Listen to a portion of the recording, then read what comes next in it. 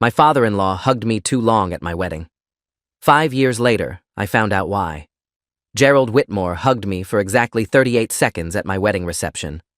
I know because I was counting, waiting for him to let go, feeling increasingly uncomfortable as his arms stayed locked around my shoulders while guests moved past us toward the bar.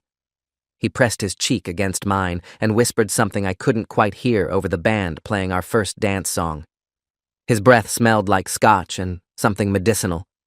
When he finally released me, his eyes were wet with tears, and he gripped both my shoulders, looking at me with an intensity that made my stomach turn. "Take care of my daughter, son. Promise me you'll always take care of her." "I promise because that's what you do at weddings.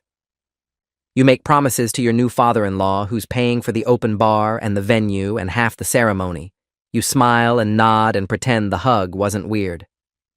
5 years later, I found a storage unit I didn't know existed, rented under my name since our wedding day, containing 14 boxes of surveillance equipment, financial documents, and recordings of every conversation I'd had in my own home. That's when I finally understood what Gerald had been whispering during that too long hug. "I'm sorry for what we're about to do to you." The wedding had been perfect according to everyone who attended. Autumn ceremony at a vineyard estate, 200 guests, Catherine in a dress that cost more than my first car. Her parents spared no expense because Catherine was their only child, and Gerald wanted everything flawless. He'd controlled every detail from the invitation font to the champagne selection to the angle of the photographer's shots. At the time, I'd been grateful. My own parents were divorced and barely speaking, and my mother had made it clear she thought Catherine was too high maintenance for someone from my background. Gerald had stepped in and treated me like family from the moment Catherine brought me home sophomore year of college. He'd paid off my student loans as a wedding gift. He'd given me a job at his commercial real estate development company straight out of graduation when nobody else was hiring. He'd co-signed the mortgage on our first house. Gerald Whitmore had been more of a father to me than my actual father, and I'd loved him for it. That's what made discovering the storage unit so devastating. It wasn't just betrayal. It was the systematic destruction of everything I thought I knew about my life. I'd found the storage unit by accident while going through Catherine's filing cabinet looking for our homeowner's insurance documents after a pipe burst in our basement. There was a folder labeled Personal Storage with a key taped inside and an address I didn't recognize. Catherine was at her mother's house helping plan some charity event, so I drove to the address alone. The storage facility was 20 miles outside the city, in an industrial area I'd never had reason to visit. The unit number matched the key tag. When I opened the roll-up door, I expected to find Christmas decorations or old furniture. Instead, I found my life documented and dissected in meticulous detail. The first box I opened contained financial statements for accounts in my name that I'd never opened. Checking accounts, savings accounts, credit cards, all with activity dating back to our wedding day. Deposits and withdrawals I hadn't made, purchases I hadn't authorized. The second box held contracts with my forged signature, real estate deals I'd never agreed to, business partnerships I'd never entered. The third box made my hands shake so badly I dropped it. Audio recording equipment with labels dating back 5 years, each one marked with a location in our house: kitchen, bedroom, home office, living room, basement. I called Catherine from the storage unit parking lot. My hands were shaking so badly I could barely hold the phone. She answered on the third ring, sounding distracted. "Hey babe, can this wait? Mom and I are in the middle of seating arrangements." I told her I'd found the storage unit. The line went silent for several seconds. When she spoke again, her voice had changed completely. Gone was the casual warmth. In its place was something careful and calculated. "Where are you right now? Don't touch anything else. I'm coming to you." She hung up before I could respond. I sat in my car with the engine running, staring at that open storage unit door, and felt my reality cracking apart. Catherine arrived 40 minutes later with her father. Gerald pulled up in his black Mercedes and parked beside my car. He was wearing his usual expensive suit, his silver hair perfectly styled, his expression unreadable behind designer sunglasses. Catherine got out of the passenger side and walked to my window. She didn't look scared or guilty. She looked resigned, like someone who'd been waiting for this moment and had finally accepted it was here. "We need to talk," Catherine said. Her voice was steady, but her hands were clenched into fists at her sides. "But not here. Follow us to Dad's office. There are things you need to understand before you do anything rash." I asked her what the hell was in those boxes, why there were surveillance recordings of our home, why there were accounts in my name I'd never opened. She glanced back at Gerald, who was leaning against his car with his arms crossed. When she turned back to me, her eyes were wet, but her jaw was set. "You were never supposed to find this. We were so careful. But since you did, you deserve to know the truth. Just promise me you'll listen to everything before you make any decisions." I followed them to Gerald's office in downtown, a sleek building where his development company occupied the top 3 floors. The whole drive I kept thinking about that hug at the wedding, how it had lasted too long, how Gerald's grip had been too tight, how he'd whispered something I couldn't hear. My brain kept trying to make sense of what I'd seen in that storage unit, connecting dots that formed patterns I didn't want to see. Gerald's office was exactly what you'd expect from a successful commercial developer. Floor-to-ceiling windows overlooking the city, mahogany desk, leather furniture, photographs of buildings he'd developed and politicians he'd golfed with. He closed the door behind us and locked it. That detail stood out, the soft click of the lock engaging. Catherine sat on the leather couch and patted the seat beside her. I stayed standing because sitting felt like accepting something I wasn't ready to accept. Gerald poured himself a scotch from the bar cart and downed it in one swallow. Then he poured another and turned to face me. "What I'm about to tell you is going to sound insane. You're going to want to leave, maybe call the police, maybe call a lawyer. I'm asking you to hear the whole story first, because there are things you don't know about your own life, things that predate Catherine, things that involve your mother." That got my attention. I asked what my mother had to do with any of this. Gerald took another drink and said, "Everything. Your mother is the reason all of this started." Gerald sat down behind his desk and pulled out a file folder that had been waiting in his drawer. He opened it and turned it toward me so I could see the documents inside: police reports, medical records, court transcripts, all dated from before I was born. "Your mother's name is Linda Garrett, correct? Maiden name Linda Sheffield?"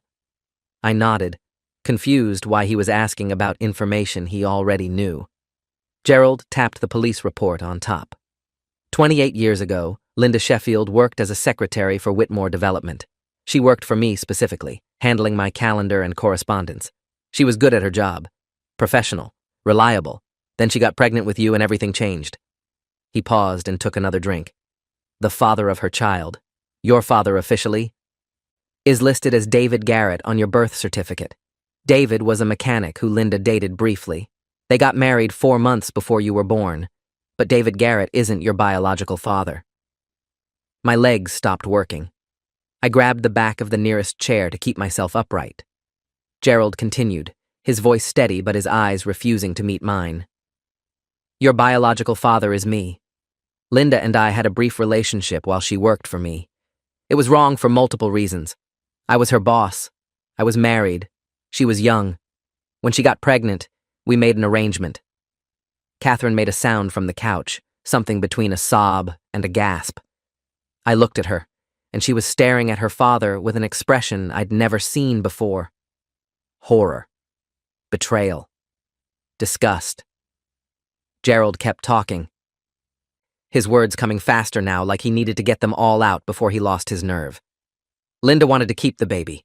I couldn't acknowledge you publicly without destroying my marriage, my business reputation, everything I'd built. So we made a deal. I would provide financial support for your entire life. She would find someone to marry who would be your legal father." David Garrett agreed to the arrangement in exchange for a substantial sum of money and ongoing payments. He agreed to marry Linda and put his name on your birth certificate. In exchange, I paid for everything: your childhood home, your education, your mother's medical care when she got sick. Every financial need either of you had, I covered. He pulled out another document, a contract signed by my mother and dated 3 months before I was born. "This is the agreement. Your mother signed it. David signed it. I signed it. You were never supposed to know." I couldn't speak, couldn't move, couldn't process what I was hearing. Gerald continued. "When Catherine started dating you in college, she had no idea who you were. Neither did I initially. You have your mother's last name, not David's, so there was no obvious connection. But when Catherine brought you home and I saw Linda's eyes looking back at me from your face, I knew. I had a private DNA test done using hair from your brush.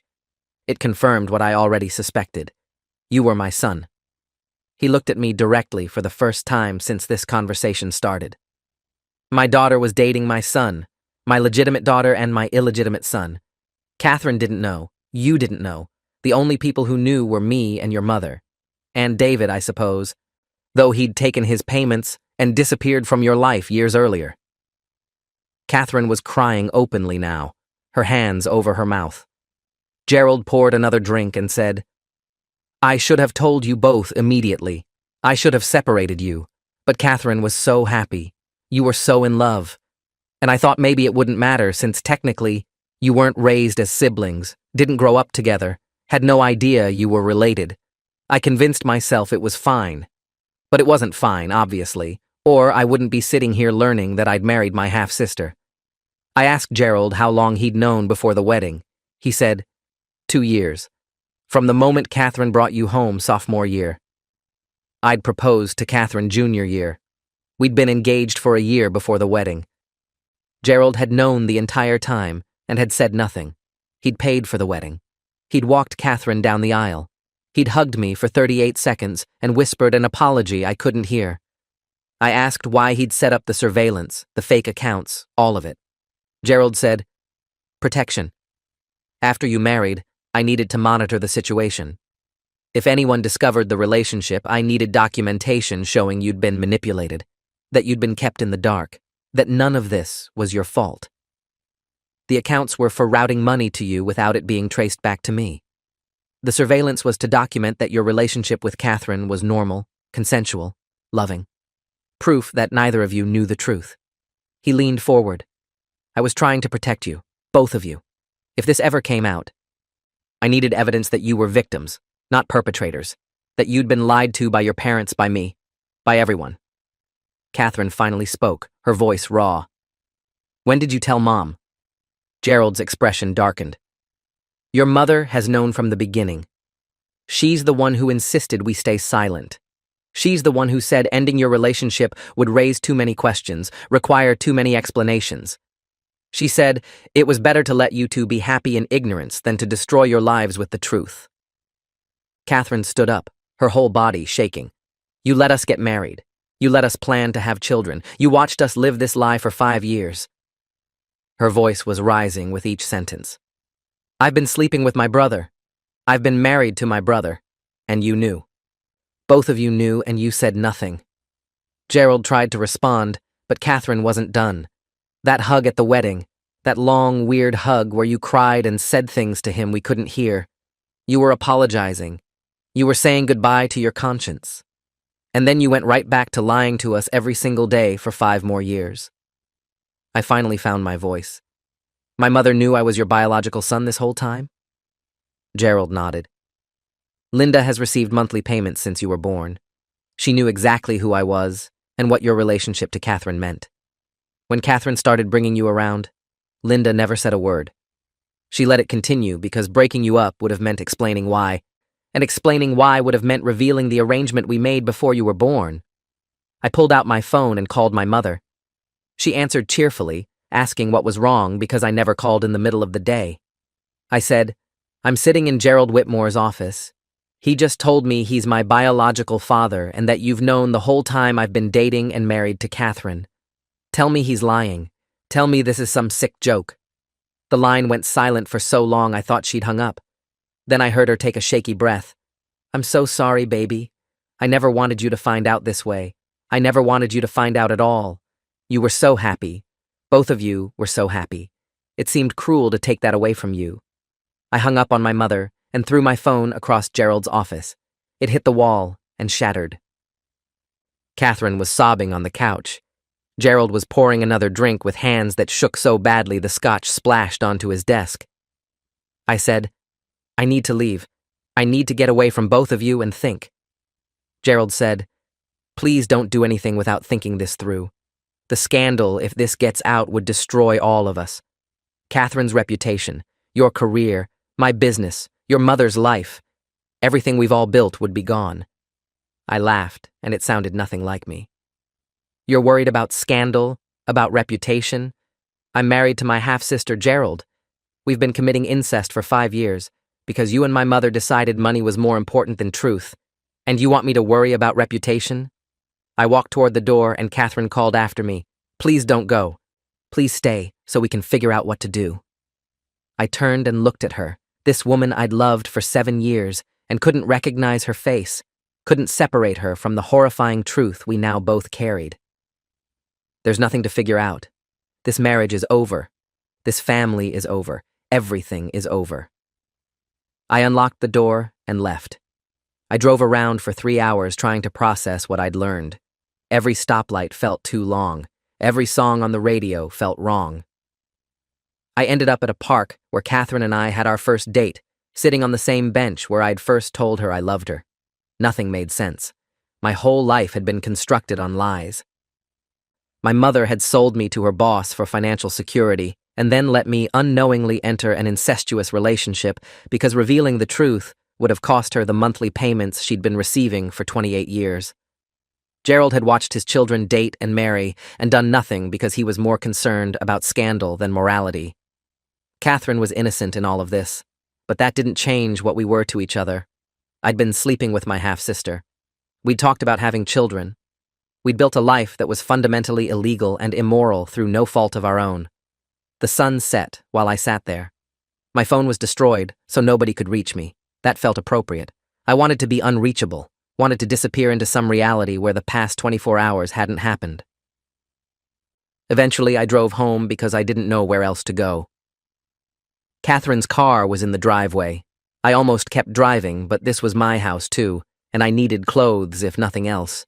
I needed to pack a bag and find a hotel and start figuring out how to unravel a marriage that should never have existed. Catherine was sitting in the dark living room when I came in. She'd been crying for hours, based on her swollen eyes and red face. She said, I called a lawyer, a family law attorney who specializes in complex cases. She said there's precedent for annulments based on consanguinity when one or both parties were unaware of the biological relationship. The marriage would be voided retroactively. Legally, it would be like it never happened. I asked if she'd told the lawyer the whole truth. Catherine nodded. Everything. She said we're victims of fraud perpetrated by our parents. The criminal and civil implications are significant. But first we need to handle the annulment because every day we stay legally married is another day we're potentially liable for knowingly continuing an illegal marriage now that we're aware of the relationship. I sat down on the opposite end of the couch, as far from Catherine as I could get while still being in the same room. I can't look at you without seeing him now, without seeing Gerald, without thinking about what we are to each other. Catherine was crying again. I know. I can't either. Every memory is contaminated. Every moment we shared is ruined because it was built on lies. She pulled a tissue from the box beside her and tried to compose herself. But we're victims here. We didn't do anything wrong. We didn't know. We were manipulated by people we trusted. This isn't our fault. I said, it doesn't matter whose fault it is. It only matters that it happened. That we're siblings. That our marriage is incestuous regardless of our intentions. Those are the facts and we have to live with them. Catherine nodded. The lawyer said we should file the annulment petition immediately. The sooner we start the legal process of dissolving the marriage, the better it looks for both of us. She also said we should consider whether to pursue criminal charges against our parents for fraud, conspiracy, and potentially other offenses. What they did to us is criminal. The question is whether we want to prosecute. The idea of putting my mother and Gerald in prison should have been satisfying. They'd destroyed my life. They'd let me marry my half-sister. They'd watched me live in ignorance for years while collecting payments and covering tracks and maintaining lies. But the thought of a trial, of this becoming public, of standing in front of a courtroom and explaining how I'd unknowingly committed incest, made me want to vomit. I said, I don't know what I want except to make this stop being real. I want to wake up tomorrow and have none of this be true. Catherine said softly, Me too. But that's not an option. So we have to decide what is. We sat in silence for a long time. Finally, Catherine said, I'm going to stay at my aunt's house. Being here with you feels wrong now in a way I can't describe. We need separation while we figure out the legal issues." I agreed. She stood up and walked toward the stairs to pack. Halfway up, she stopped and looked back at me. "I'm so angry at them." At both of them. They had so many chances to tell us the truth. Before we started dating, when we got serious, when you proposed, at the engagement party, the night before the wedding, any moment in the past 5 years. And they chose silence every single time. They chose to protect themselves instead of us. Over the next week, I met with my own lawyer, a man named Russell, who specialized in family law and criminal cases. I gave him all the documents from the storage unit. He reviewed everything with increasing disbelief. "This is one of the most egregious cases of parental manipulation I've ever seen. Your mother and Gerald Whitmore conspired to keep you and your wife, his daughter, in an incestuous relationship for financial and reputational reasons. The evidence is overwhelming. The surveillance recordings alone prove they were monitoring you to document that you didn't know the truth. They created a paper trail specifically to protect themselves in case this ever came out." Russell laid out several folders on his desk. "The annulment will be straightforward. The criminal charges are more complex. We're looking at fraud, conspiracy, potentially statutory violations, depending on how the prosecutor interprets the law. Your mother could face serious prison time. So could Gerald Whitmore. Are you prepared for that outcome?" I asked. "What happened if I didn't press charges?" Russell said, "Then they get away with it. They destroyed your marriage, your identity, your entire understanding of your family structure, and they face no legal consequences. Is that justice?" I thought about my mother raising me alone after David left. Thought about her working 2 jobs to keep us fed before Gerald's money started coming regularly. Thought about her sitting beside my hospital bed when I had appendicitis at age 12, reading to me until I fell asleep. Thought about her crying at my college graduation. She'd done a terrible thing, an unforgivable thing, but she was still my mother. Gerald was different. Gerald had manipulated all of us, had set up surveillance, had created false accounts, had watched his children commit incest and done nothing because protecting his reputation mattered more than protecting us. I told Russell I wanted to pursue charges against Gerald Whitmore, but not against my mother. Russell said, "That's going to be difficult. Your mother was an equal conspirator. The prosecutor may not be willing to give her immunity." I said, "Then we find a prosecutor who will. My mother made terrible choices, but Gerald had all the power in their arrangement. He was her boss. He got her pregnant. He paid her to stay silent. She's a victim, too, in some ways." Russell looked skeptical, but agreed to explore options. The annulment filing became public record 3 weeks after I discovered the storage unit. A reporter called me asking for comment on the unusual nature of the petition. I hung up on him. The next day, there was an article in the local paper with the headline, "Local Real Estate Developer's Daughter Seeks Annulment, Based on Concealed Biological Relationship." The article didn't name Catherine or me specifically, but anyone who knew the Whitmore family could figure it out easily. My phone started ringing constantly. Catherine texted me that reporters were camped outside her aunt's house. Gerald's office released a statement saying they were dealing with a private family matter and requested privacy. That lasted exactly 1 day before a larger newspaper ran a more detailed story with our names. Siblings unknowingly wed after father's decades-long deception. The article included quotes from legal experts discussing fraud, incest laws, and the rare nature of consanguinity annulments. It included a photo of Catherine and me from our wedding day, both of us smiling, completely unaware that her father was hugging me too long because he was apologizing for letting us marry, despite knowing we were siblings. The story went national within 48 hours. Cable news shows discussed our case as an example of parental manipulation and the complications of modern family structures. Twitter had opinions, thousands of them, about whether Catherine and I were victims or whether we should have somehow known. My employer called me into HR and suggested I take a leave of absence until the media attention died down. Catherine lost her job at a nonprofit after their board decided the scandal made her a liability. My mother called crying, begging me not to pursue charges, saying she'd done the best she could with an impossible situation.